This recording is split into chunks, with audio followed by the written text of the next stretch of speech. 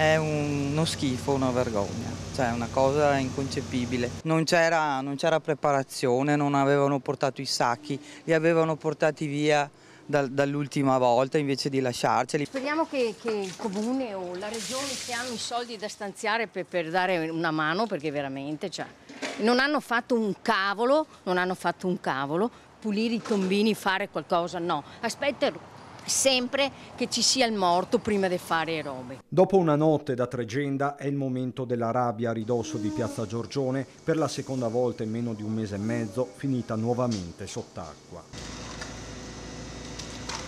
Il salotto buono della città trasformato in piscina. In via Romanina, nei garage di questa palazzina, la forza dell'acqua ha mandato in frantumi i vetri dei finestroni. I residenti, memori della prima ondata del 16 maggio, sono riusciti a mettere in salvo le auto, ma non tutte, ingentissimi danni. Andrea Querin è amministratore del condominio. Tra ascensori e quant'altro tranquillamente saremo intorno ai 50.000 euro. A noi serve un'ora e un quarto di preavviso. Con questo noi avremo contenuto del 90-95% le problematiche. Stesso copione, forse peggio, in via Regina Cornaro, proprio a ridosso della Venale. Non sapevamo più come arginare. L'acqua è arrivata a questa altezza qua e quindi dopo l'abbiamo mandata tutta quanta in piazza.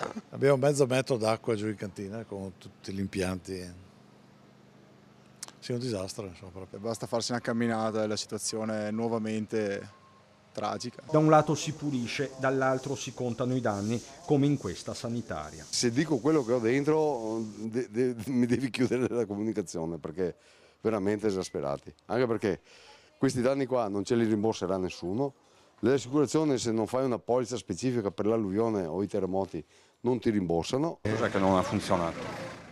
Chi lo sa, forse troppa acqua o forse anche hanno avvisato in ritardo, secondo me. In un quarto d'ora è venuta su e quindi nessuno se l'aspettava e adesso dobbiamo tirarci sulle maniche come l'altra volta e speriamo basta per quest'anno. Devo sinceramente ringraziare dei ragazzi, penso siano di Borgo Pieve, con il parroco di Borgo Pieve, che sono stati bravi perché ci hanno aiutato, hanno portato dei sacchi. In centro storico così è allucinante una cosa di questo tipo. Mi sembrava essere a Venezia. A un certo punto c'è stata un'immagine che stavo bevendo il caffè in pasticceria alle 3 del mattino che ci ha offerto il caffè, seduto, guardavo fuori e ho detto ma siamo a Venezia o siamo a Castelfranco? È pazzesco, incredibile. L'acqua non finiva mai.